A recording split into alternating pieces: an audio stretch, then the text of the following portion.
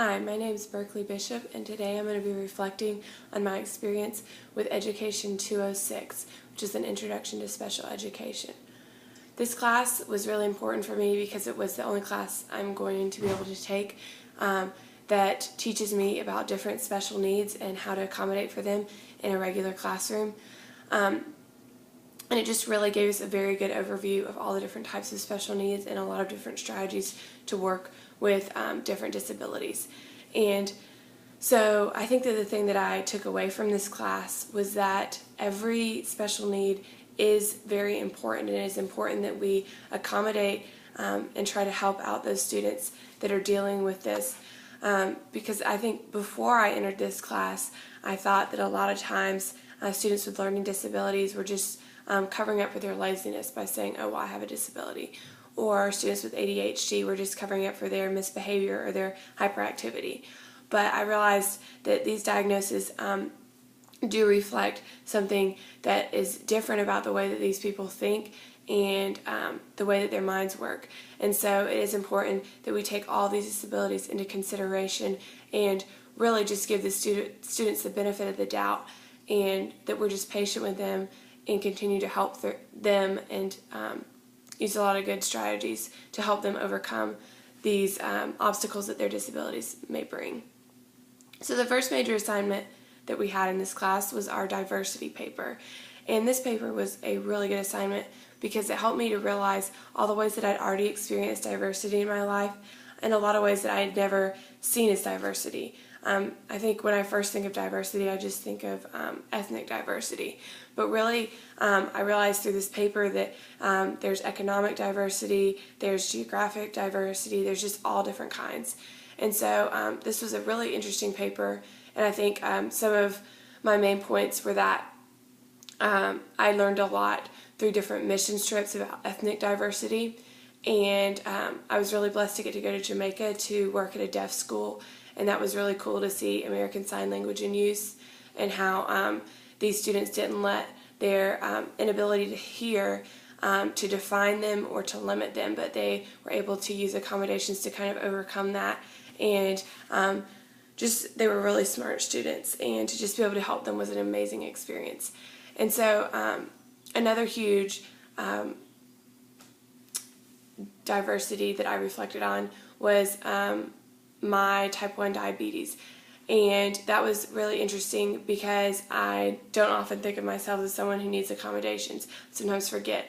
But I do, when I was in public school, I did have accommodations. I had to have the ability to have snacks in class and go to the bathroom at any time and stuff like that. So just that I have had some experience with needing accommodations myself just helps me to understand other accommodations and why people need those and the importance of them. So that was cool. And for my placement, I was at Belton Honiopath High School in a class that was just for students who are in inclusion, but they also need special help. So this was kind of almost a catch-up hour where they would work on assignments that they hadn't completed, and it was 6 students, and they would just all kind of work at their own pace. So that was a really interesting experience. When I knew I was going to get a placement for special ed, I was thinking it would be more like working with students with severe special needs like Down syndrome and other physical disabilities. But I realized that this was way more important that I was here because this was something that was going to be more applicable as a high school math teacher, because I'm going to have students who are in my inclusion classes, and I really need to understand how they function, and so this was a really good experience for me. So I learned a lot through my case study, which was working with one of the girls in this class, and really just seeing how the teacher related to her was really sad, because the teacher would often call her stupid or tell her that she was never going to pass 9th grade in front of the other students. And she just didn't have much patience with her.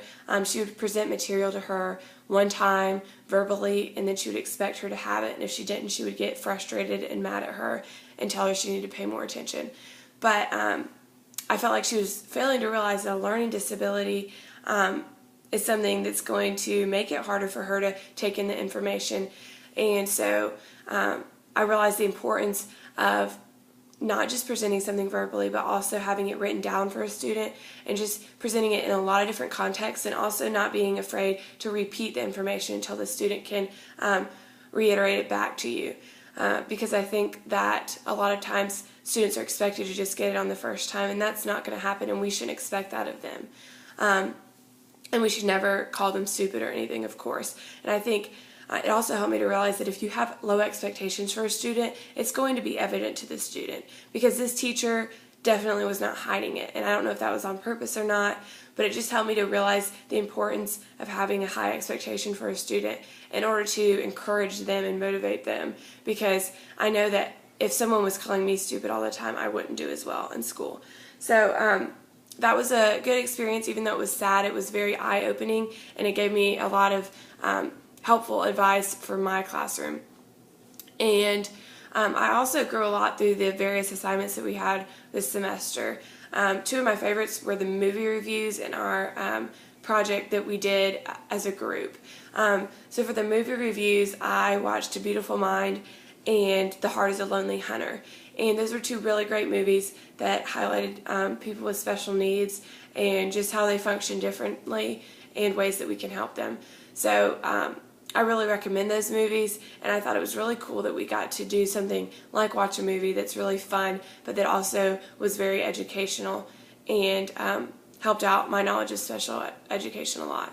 The other thing that I learned a lot from was the project, which my group worked with English language learners. And so that was a lot of fun, both to put together and to present. And it really taught me a lot, because, as you guys probably know, you learn a lot more just through getting information into your mind enough so that you can communicate it and be able to teach it.